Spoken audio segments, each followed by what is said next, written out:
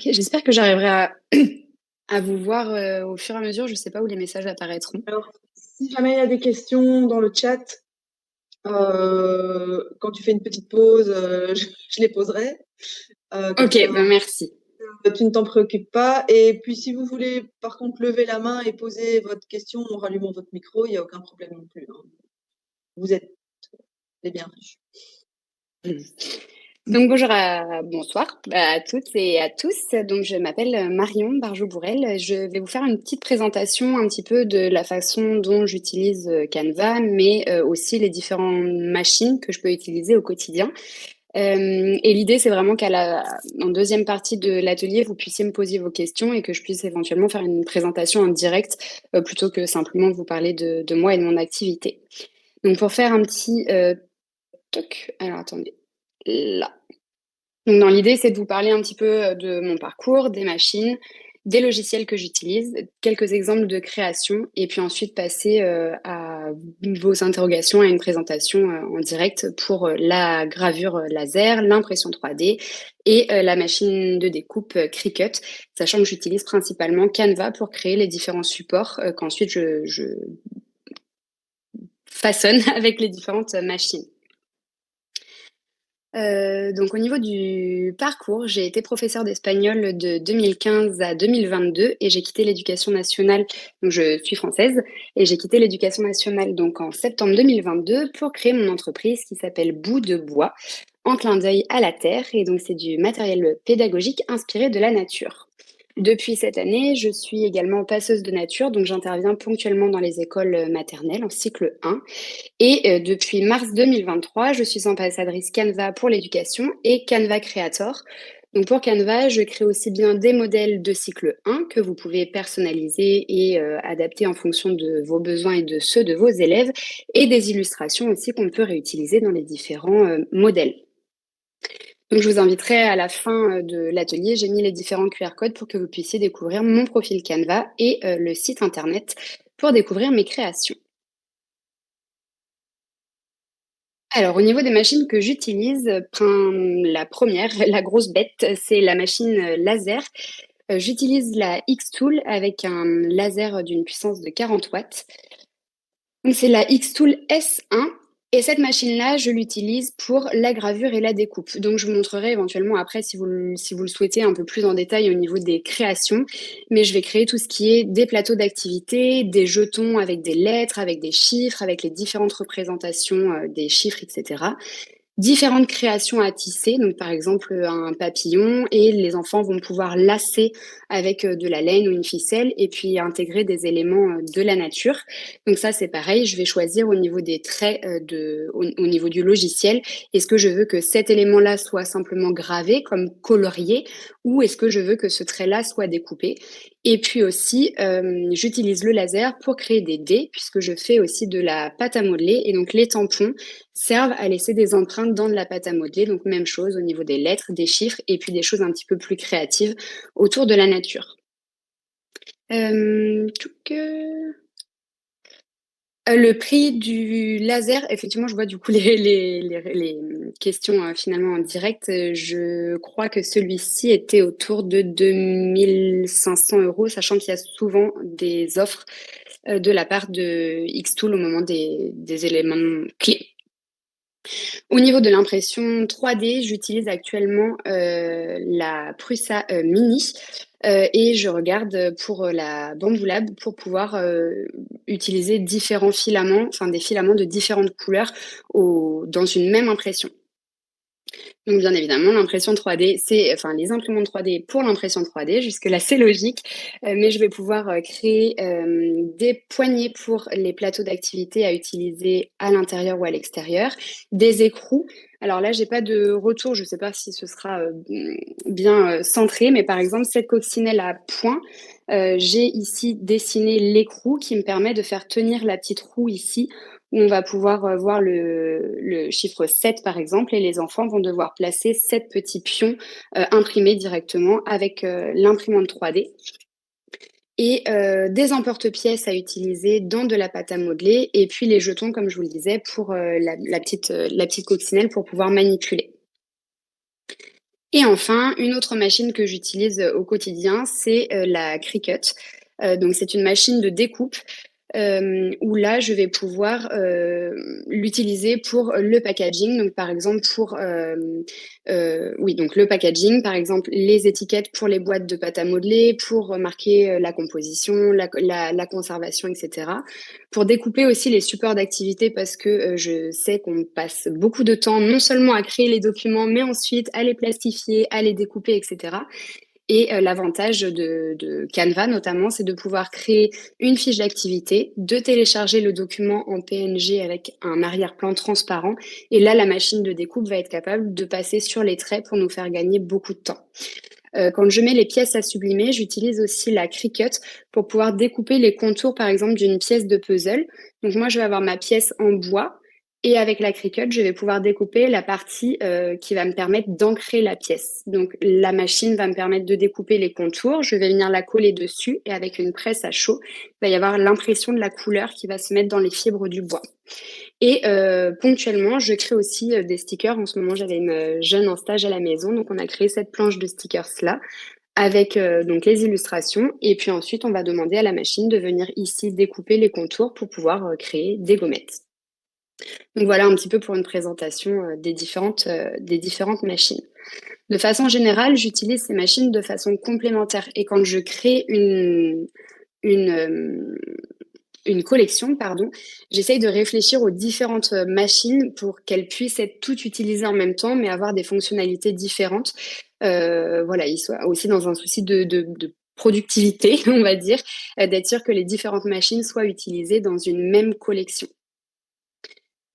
Donc là, vous voyez le laser en action et puis voilà les différentes choses que je peux créer avec, sachant que bien sûr, il y a souvent des essais-erreurs. Par exemple, là, on voit des marques de brûlure, mes paramètres étaient un peu trop puissants et j'en profite pour vous dire que ça s'apprend au fur et à mesure et le bois peut réagir de différentes façons. Les matériaux, les médiums qu'on va utiliser, on va faire des essais de puissance, de vitesse, etc. et on va obtenir des rendus différents.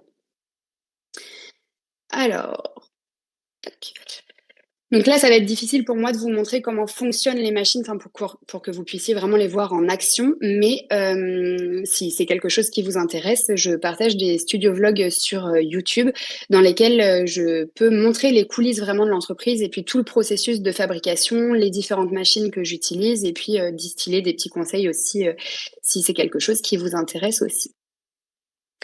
Donc au niveau des logiciels que j'utilise, sans surprise, j'utilise Canva au quotidien, mais par exemple, pour ce tapis d'activité, là l'idée c'est pas de tout vous dire, mais que vous ayez quand même une façon générale.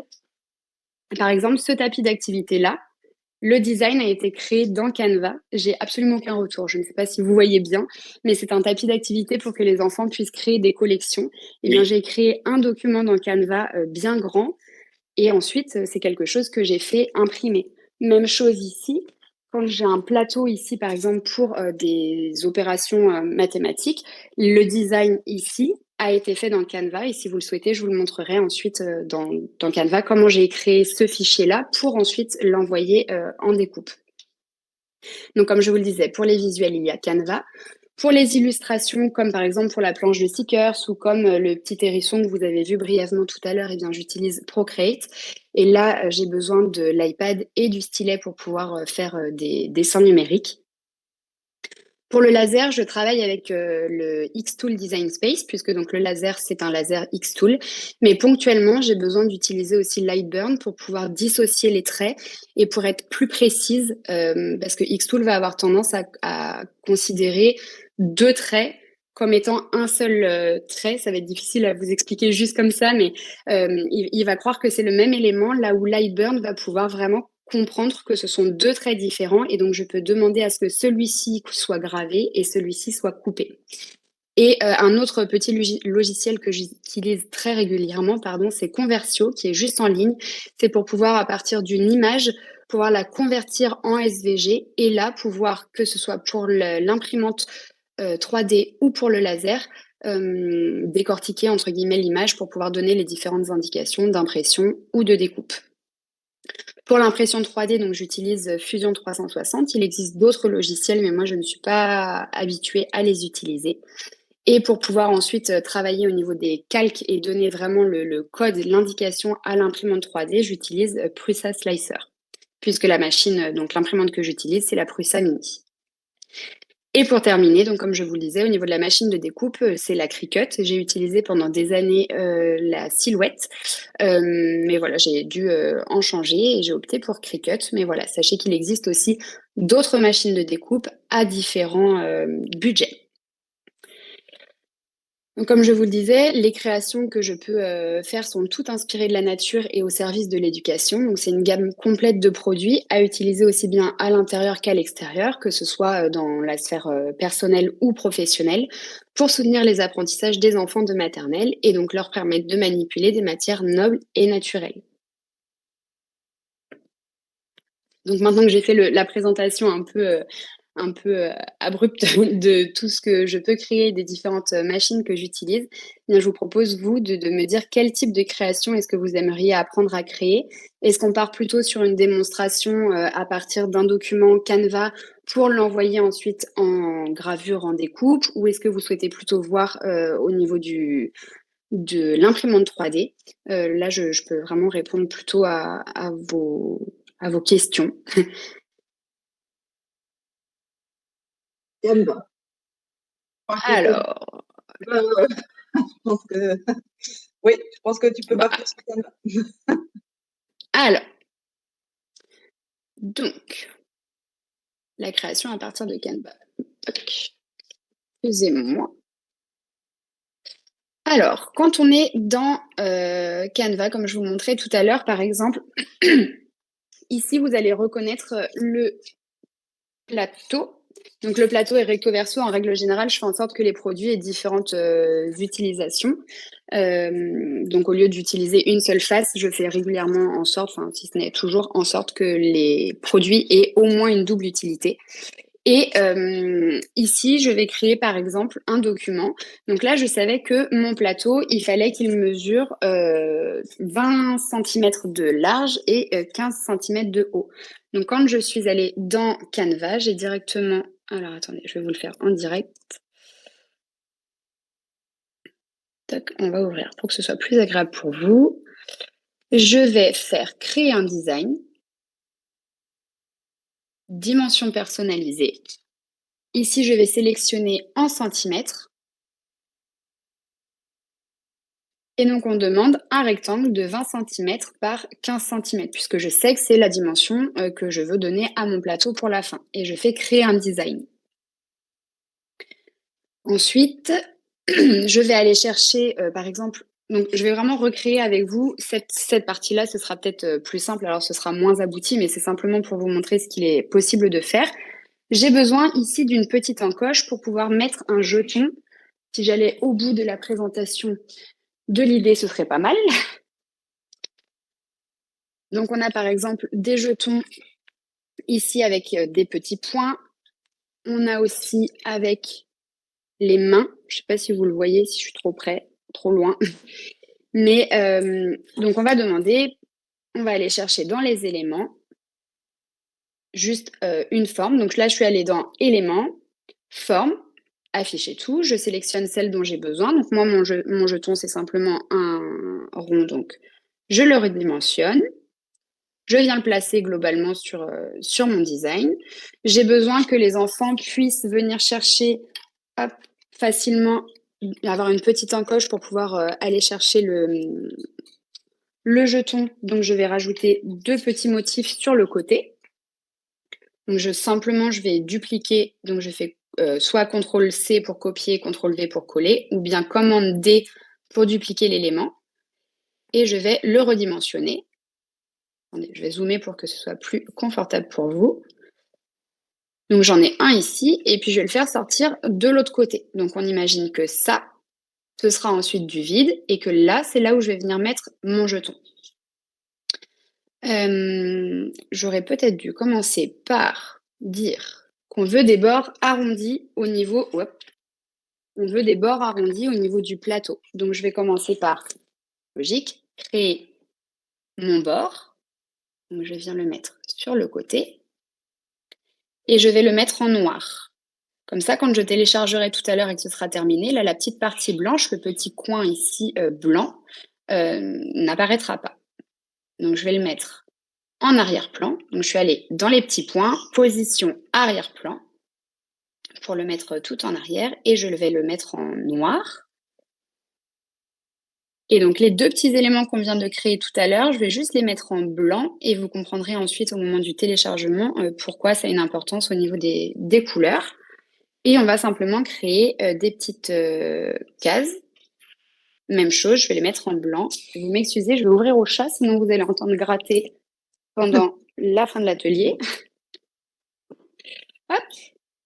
Et donc, on va mettre simplement, là, je vais faire juste 3 cases pour vous donner un petit exemple.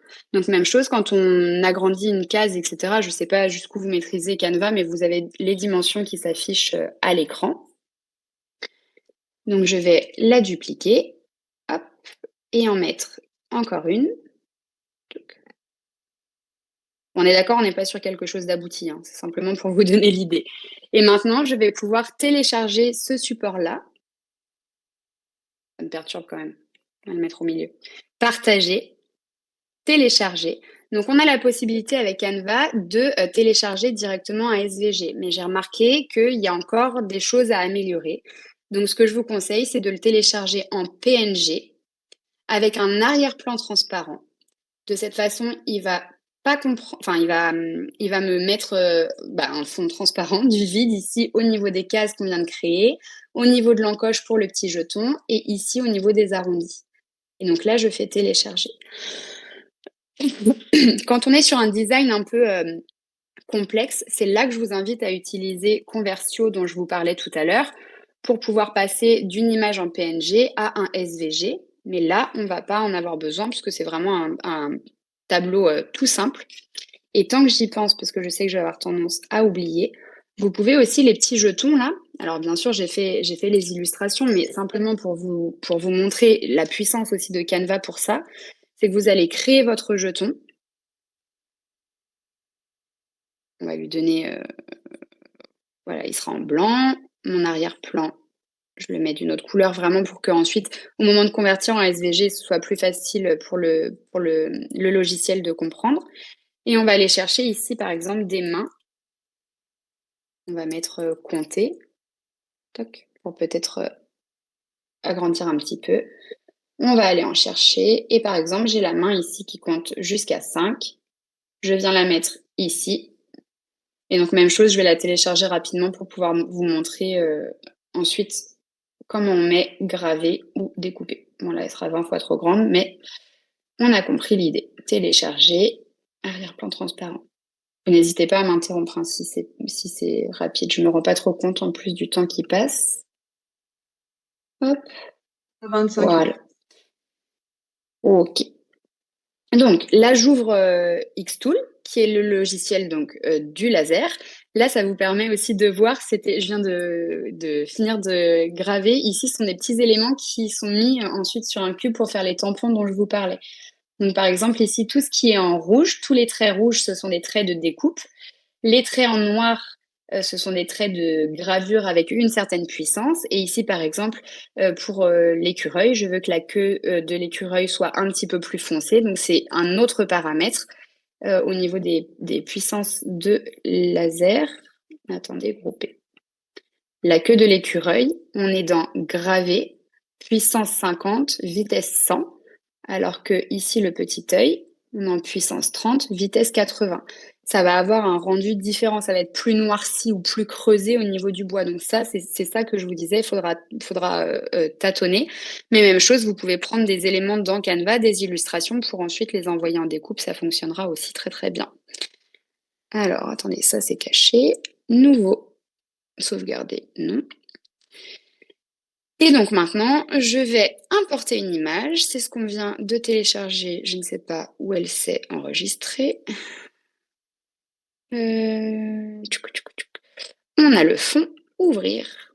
Donc là, comme ça, un design vraiment très simple, comme je vous le disais, il n'y a pas besoin de convertir. C'est simplement une image en PNG. Et automatiquement, quand on vient d'importer une image, on a cette petite fenêtre ici qui s'ouvre et on peut faire tracer l'image. J'enregistre. Et donc maintenant, quand je vais décaler, je vais avoir tous les contours qui auront été compris par la machine. Donc comme je vous le disais, ici, je sais que j'ai besoin de tout couper. Donc ça va être la même puissance pour tous les traits qui sont ici. Donc ici, ça ne me pose pas de problème. Xtool est suffisant. D'accord? Mais si par exemple, j'avais besoin ici de graver ce trait et de découper celui-là, Xtool ne permet pas encore de les dissocier. Pour eux, c'est un seul élément. Donc ça fait des petits traits en trop. Donc là, pour cet exemple-là, il n'y a pas de problème, mais ponctuellement, vous pourriez avoir besoin d'utiliser Lightburn pour pouvoir dissocier les éléments et bien comprendre que là, j'ai un cadre autour, une forme au milieu et 3 petites cases au milieu. Et donc cet élément-là, j'ai besoin de le couper. Donc je sélectionne ici.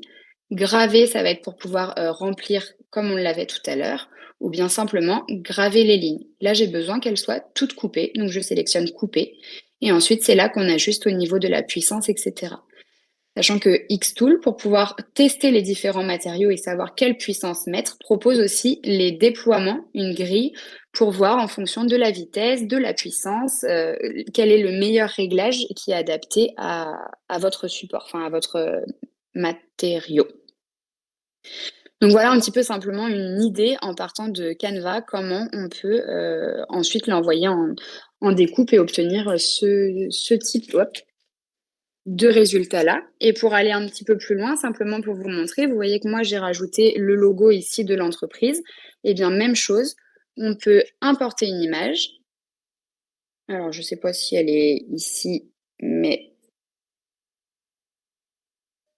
on va le faire avec un autre, peu importe. Et bien tenez, merci pour tout. On est pas mal. Mettre à l'échelle de la grille. On peut à nouveau tracer l'image. Il va me prendre les contours ici. Vous avez vu, ça s'est ouvert automatiquement, comme je disais tout à l'heure. Dès qu'on importe une image, il est capable de me demander si j'ai besoin de la retravailler. Je fais enregistrer. Et maintenant, j'ai mon texte qui s'est décalé ici. Et cet élément-là, je vais demander de le graver et de l'ajouter sur mon design. Donc là, j'ai ce qui va être coupé. Alors, vous pouvez travailler aussi avec différentes couleurs. Moi, j'ai pris l'habitude de mettre les lignes de découpe en rouge. Donc, je me place sur la forme, je fais un clic droit et je le mets en rouge. Moi, je sais que tout ce qui est en rouge, je demande au laser de venir le couper. Et ce qui reste en noir, c'est ce qui sera gravé. Donc voilà pour la présentation Canva et laser. Je crois qu'il y avait d'autres questions sur d'autres logiciels, c'est ça? Enfin, sur d'autres...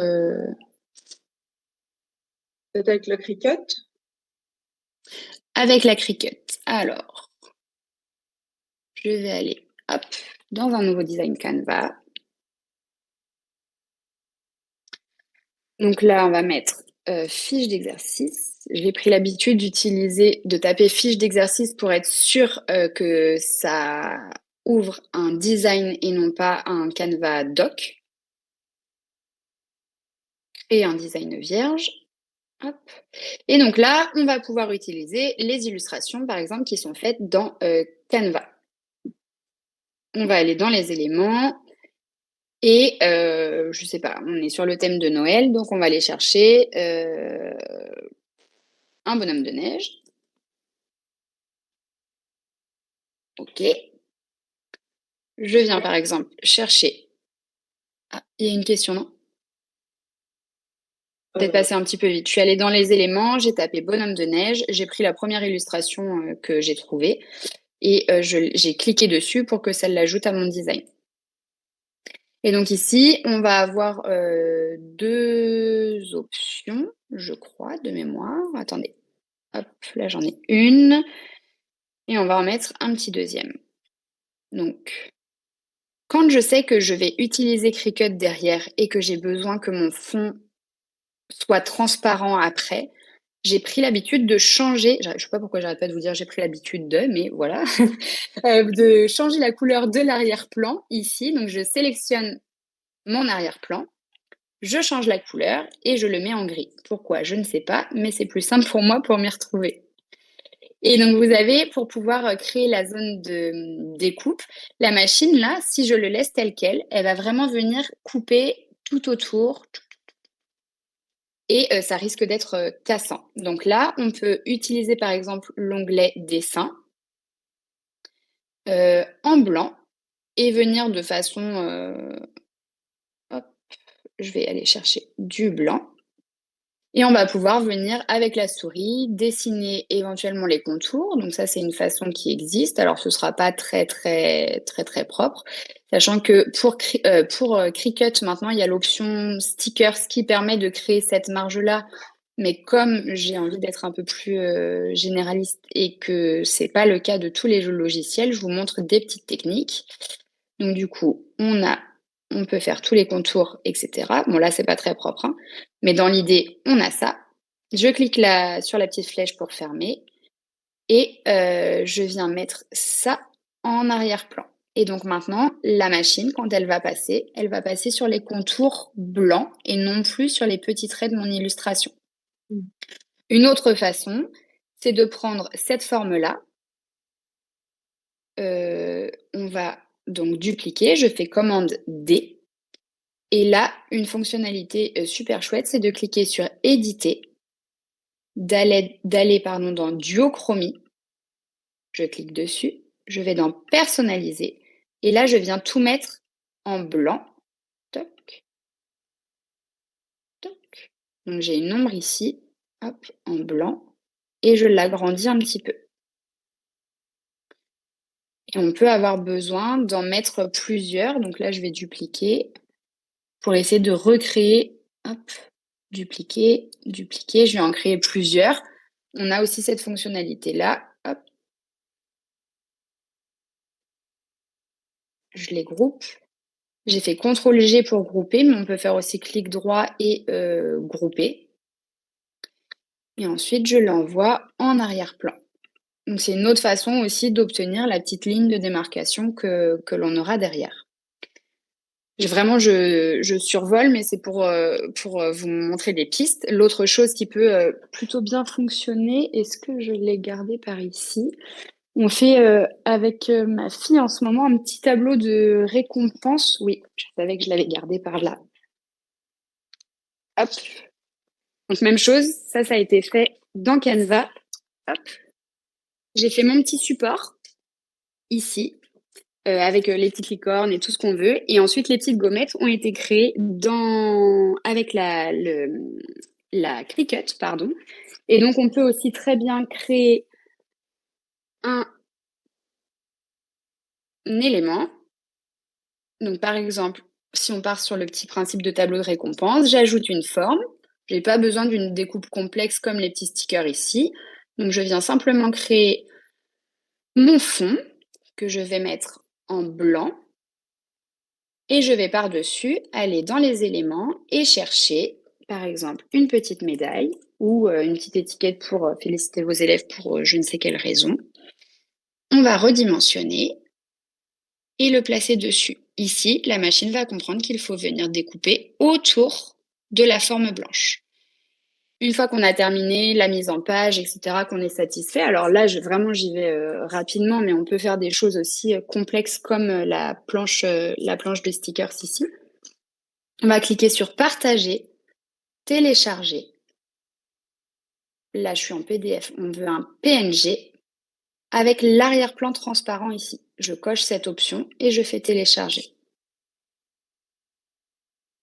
Donc, même chose. Une fois que vous avez, hop, votre design qui est ici, moi, je le fais directement glisser sur mon écran, enfin, sur mon bureau. Et maintenant, je vais chercher Cricut et je vais faire nouveau projet. Je vous le mets en grand. On va cliquer ici sur télécharger. Télécharger une image. Parcourir ou alors on le fait glisser. Ouvrir. Donc là, il voit bien que derrière, il y a rien du tout puisqu'on a pris un PNG sans fond.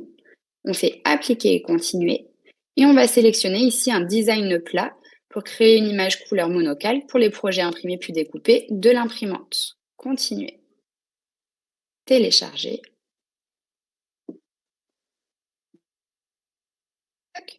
Et donc, on les a ici. Et maintenant, quand on fait créer, donc je ne vais pas aller jusqu'au bout, mais donc automatiquement, il vous propose d'enregistrer ce que vous venez de créer pour ne pas le perdre. Ça peut s'enregistrer sur votre ordinateur ou en ligne. Et donc, on voit ici maintenant, Cricut a rajouté ces petites lignes-là, ces repères qui vont apparaître au niveau de l'imprimante. Et c'est ça que la machine va être capable de venir lire autour pour détecter et pour savoir où couper. Si vous le souhaitez, j'ai ce qu'il faut ici pour vous montrer le résultat de la page imprimée. Toc. Je vous parlais tout à l'heure des petites étiquettes pour la pâte à modeler. Eh bien, mon design simple sur Canva, ce sont juste les petits ronds ici. Je crois que je les avais un petit peu... Toc, toc, toc. Bon, c'est pas grave. Mais en tout cas, sachez que même ça a été fait dans Canva, ici, les ronds avec le logo, etc. Et quand je passe par Cricut ici, c'est ça les marques que la machine va être capable de créer. Et c'est le logiciel Cricut Design Space qui va rajouter ces marques-là. Et donc, la machine, quand on va la connecter, elle va venir ici lire. Et c'est ce qui va lui permettre de se calibrer et de savoir à quel endroit elle doit découper. Et la machine rajoute automatiquement des fonds perdus, si je ne dis pas de bêtises, pour être sûr que la découpe soit bien propre. Il y a des petits restes ici sur la feuille, c'est normal, c'est le logiciel qui l'a rajouté. Donc voilà pour passer de Canva à Cricut. Et je vais me voir la question, quel type de papier j'utilise? C'est ça? Oui, c'est ça. Ici, c'est un papier sticker. Celui-ci est brillant, mais il existe aussi en mat, on peut avoir en papier craft, etc. Mais vraiment, Cricut, ça se limite pas aux stickers. Donc là, c'est vraiment un petit papier adhésif. Mais ça se limite pas à ça, c'est vraiment, même quand j'étais encore en poste, toutes les fiches d'activité, les cartes d'exercice où je sais qu'on faisait par exemple des jeux de cette famille, ça prend beaucoup de temps de les découper.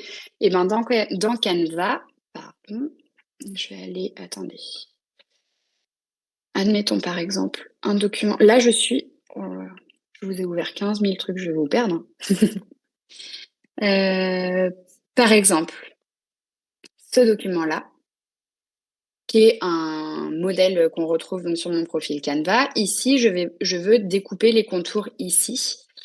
Je vais personnaliser le modèle pour vous montrer. Donc vous l'avez comme ça. Vous n'avez pas besoin de ces parties-là, parce que de toute façon, votre document, il va être imprimé puis découpé. Donc en soi, vous n'avez pas besoin de vous embêter avec ça. Vous faites partager, télécharger. Donc ça, c'est valable avec tous les modèles, que ce soit les miens, que ce soit ceux d'autres ou les documents que vous allez créer. Vous basculez en PNG avec l'arrière-plan transparent, télécharger. Et ça, vous allez pouvoir l'importer dans Cricut, pardon. Et Cricut va être capable de venir couper vos fiches d'exercice qui auront été, par exemple, été imprimées dans du papier épais ou qui auront été imprimées sur un papier d'imprimante classique mais que vous aurez plastifié. La machine est capable de s'ajuster quand vous allez choisir le matériau. Je ne suis pas allée jusqu'à cette étape quand j'ai fait la démonstration tout à l'heure, mais vous pouvez même lui dire de couper cette épaisseur-là avec le côté un peu plastique des feuilles plastifiées. Décidément, le chat a décidé de se faire remarquer.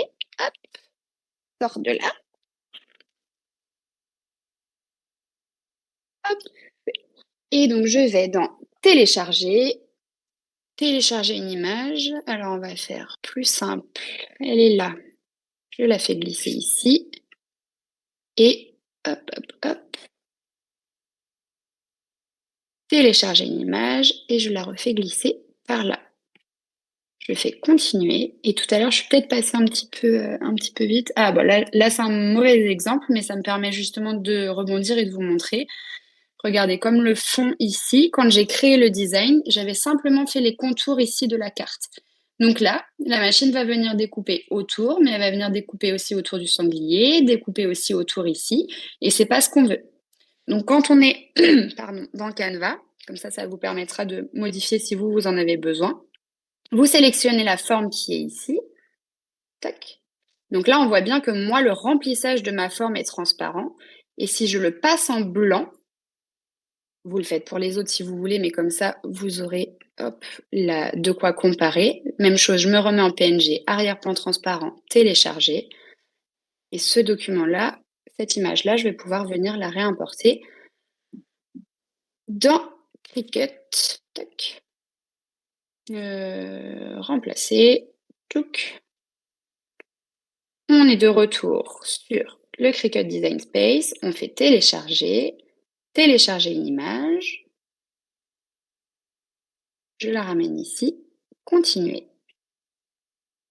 Et donc, vous voyez bien, maintenant que j'ai rajouté un fond blanc, il est capable de comprendre finalement que c'est autour de cette feuille-là, de cette forme-là qu'il faut venir couper. On fait appliquer et continuer. Donc là, vous pouvez ajuster aussi au besoin. Là, j'ai mis effacer. On peut venir effacer les éléments dont on n'a pas besoin et ça n'apparaîtra pas dans le design. On fait appliquer et continuer. On choisit à nouveau la fonction imprimer puis découper et on fait télécharger. Et donc, je vais juste aller rapidement puisque j'ai pas passé cette étape-là tout à l'heure. Donc là, il va me dire que mon document est un petit peu trop grand pour la fonctionnalité imprimer puis découper. Il suffit de le réduire. Toc. Donc là, je l'ai vu parce que ici, il me met le petit point d'exclamation en me disant que mon image est trop grande. Donc, je vais simplement la réduire. Toc. Et là, c'est bon. Je fais créer. Continuer. Là, je vais lui dire que je l'ai déjà imprimé. Et c'est là que je vais pouvoir choisir le matériau dont j'ai besoin. Mais il va peut-être m'embêter comme la machine n'est pas allumée. Et c'est là qu'on va pouvoir choisir l'épaisseur de la feuille. Est-ce qu'on a besoin d'imprimer une feuille de sticker? Et là, du coup, la lame, faut pas qu'elle rentre trop profondément dans la feuille. Est-ce qu'on va découper du papier cartonné? Est-ce qu'on va découper quelque chose qui aura été plastifié? Et donc là, un peu le même principe que pour le laser, ce sera à vous de faire vos différents tests. Et puis, je vous conseille de les noter. Voilà, du papier plastifié, c'est telle appellation de feuille dont on a besoin. Il te reste 10 minutes. Ok, on est bon. Et puis, peut-être rapidement pour l'impression 3D, il y avait des questions par rapport à l'impression 3D, de Cricut vers l'impression 3D? Il y a une personne qui avait mis imprimante 3D, oui. Alors, je vais peut-être pas tout créer pour éviter de dépasser. Simplement vous montrer, par exemple, là, c'est un petit bulleur ici pour mettre du savon et pouvoir souffler des bulles. Ça, même chose, ça a été créé dans Canva au départ. Donc, je vais par exemple chercher sur le côté une abeille.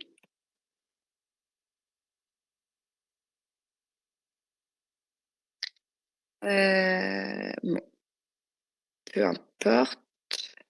Enfin, quoique pour l'exemple, il faut quand même. Voilà, admettons, on va prendre celle-ci.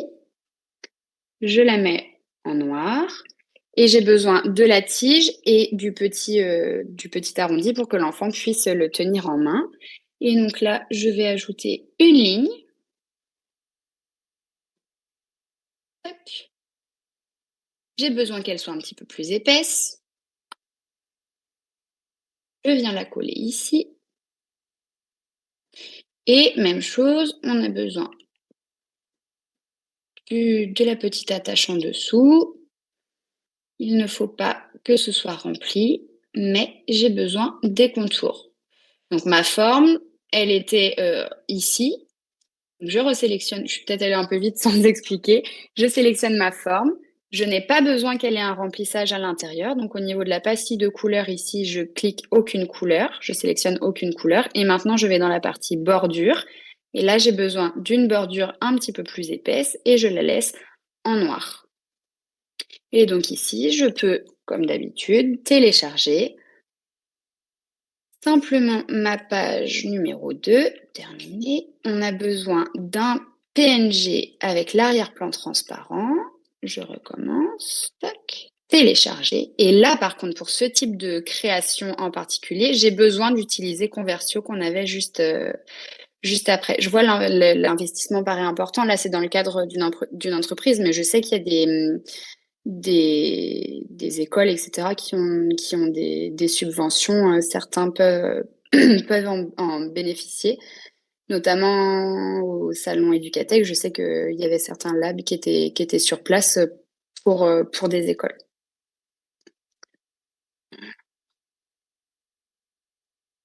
Merci.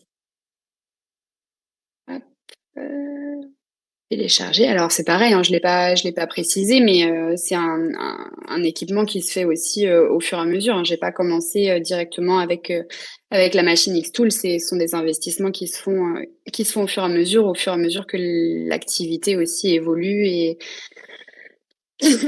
qu'on peut se permettre progressivement de réinvestir l'argent qui a été gagné.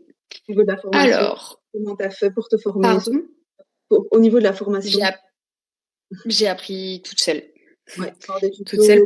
tutos, Par des tutos. Alors, l'impression 3D, c'est mon conjoint qui m'aide beaucoup sur ça, parce que lui a une formation au départ dans le dessin industriel. C'est pas du tout son domaine d'activité actuellement, mais pour l'impression 3D, c'est vraiment lui qui m'a aidé et qui continue de m'aider au quotidien. Moi, je connais les bases, mais ça s'arrête là.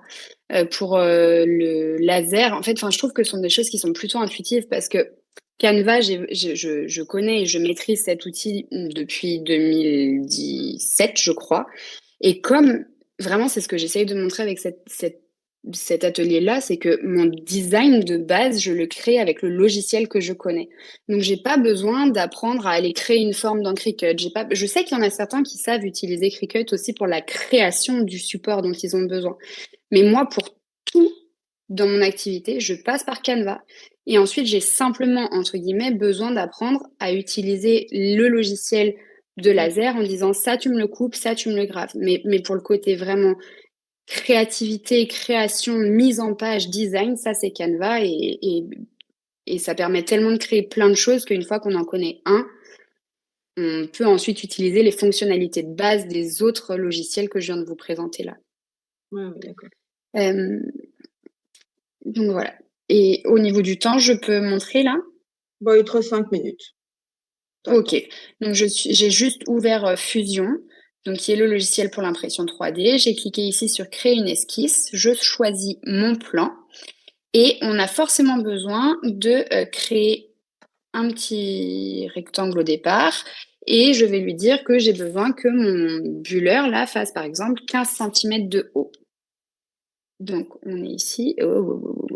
Je vais faire des bêtises en plus. Bon, c'est pas grave, on va pas on va pas aller dans le détail, sinon on va perdre du temps. Pas ça avant. Et donc maintenant, je vais insérer le fichier SVG qu'on vient de convertir. Il est logiquement dans les téléchargements. Non, ça c'est le PNG. Bien joué Marion. Je ne sais pas où je l'ai mis. Vous savez quoi? On va faire ça avec le petit renne. C'est pas grave. Et donc là, j'ai besoin de sélectionner la face sur laquelle je veux importer mon image. Et là, j'ai besoin de la redimensionner. Ici, avec Fusion, je ne sais pas pourquoi, on ne peut pas lui dire directement, je veux qu'il mesure tant de centimètres par tant de centimètres. Donc, on a besoin de la petite marque au fond et de venir un petit peu tâtonner pour lui donner la bonne dimension, au moins au niveau de la hauteur. Donc, on va dire qu'on est plutôt bon comme ça, admettons. Je fais terminer l'esquisse. Et donc maintenant, je retrouve mes esquisses qui sont là sur le côté et je peux supprimer mon rectangle du départ qui m'a juste aidé à donner voilà, la dimension. Et donc pour donner un exemple, maintenant je vais... Donc là, mon dessin, il est plat. Quand je pivote, c'est juste une illustration. Maintenant, ce que je veux faire, c'est le mettre en relief. Et donc, je vais cliquer sur extrusion ici, sélectionner les contours. Donc, j'ai juste double-cliqué dessus et je lui dis qu'il me faut, par exemple, une épaisseur de 5 mm. OK. Et donc maintenant, quand je pivote, toc, toc, toc, ça y est. Mon dessin de base est passé en 3D. Toc. Ça a effacé le petit œil qui était ici. Je fais réapparaître au niveau de mon dessin à cet endroit-là. Et donc maintenant, je peux sélectionner mon petit œil, mais j'ai pas besoin qu'il soit aussi haut que l'autre. Donc là, par exemple, on va mettre juste 2 millimètres, simplement pour montrer que ici, toc, quand on pivote, on voit qu'ils sont pas à la même hauteur. L'œil est un peu plus profond que celui-là. Et stock, je vais pouvoir rapidement vous montrer jusqu'où ça peut aller. C'est que par exemple, le laser, là, ce sont des emporte-pièces sur ce principe-là, sur le thème de l'automne. Et donc là, j'avais un petit écureuil. Donc j'ai fait le même principe que là, ce que je viens de montrer avec le renne. Donc j'ai fait les différents contours que j'ai mis en relief. Le petit œil ici qui était perdu, eh bien j'ai rajouté un renfort derrière pour qu'il puisse tenir au reste. Ça va pas empêcher de laisser l'empreinte dans la pâte à modeler. Et pour que ce soit plus facile pour l'enfant pour retirer le produit, eh bien, j'ai créé un petit décalage ici pour qu'il puisse avec son doigt que ça accroche. Je commence à plus trouver mes mots, mais voilà. Et au niveau du dessin, donc là, même chose, j'ai fait vraiment très très simplement, mais on pourrait se dire que cette partie-là, admettons qu'on est en train de faire un emporte-pièce comme ici, je veux que cette partie-là, elle coupe, mais cette partie-là, je veux juste qu'elle laisse une empreinte.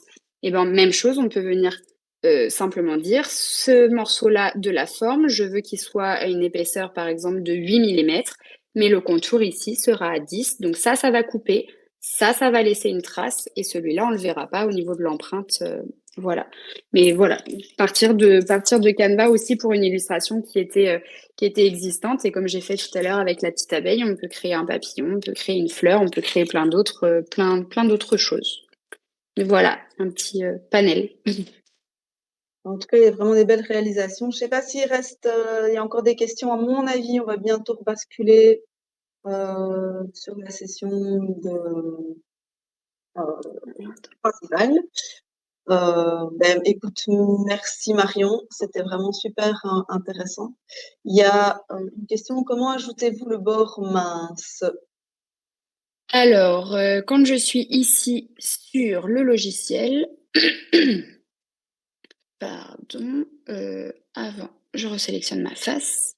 Tac. Attends, enlève-toi. Hop, enlève-toi. Voilà. Je vais pouvoir faire modifier l'esquisse. Donc, j'ai fait un clic droit, esquisse, décalage. Donc, c'est un décalage autour de ça. Hop, ça va aller trop vite. Autour de cette ligne-là, j'ai un décalage, par exemple, de 3 millimètres. OK. Je suis allée peut-être un peu vite, mais j'ai double-cliqué sur la ligne, fait le décalage, je fais terminer l'esquisse. Et donc maintenant, je retourne dans extrusion, je sélectionne cette nouvelle partie et je lui mets par exemple une épaisseur de 2 millimètres. OK. Et quand je repasse ici, j'ai bien ma forme de départ, le décalage qui est moins profond que l'autre. Ça, c'est vraiment une spécificité technique du programme que tu utilises. Mais bon, Oui, oui, ça c'est pas dans le dessin de base. Ouais. Ok, bah écoute, merci beaucoup. En tout cas, moi, ça m'a donné envie d'acheter une Cricut. C'est vrai. Non, franchement, ouais, il y a moyen vraiment de faire plein de choses.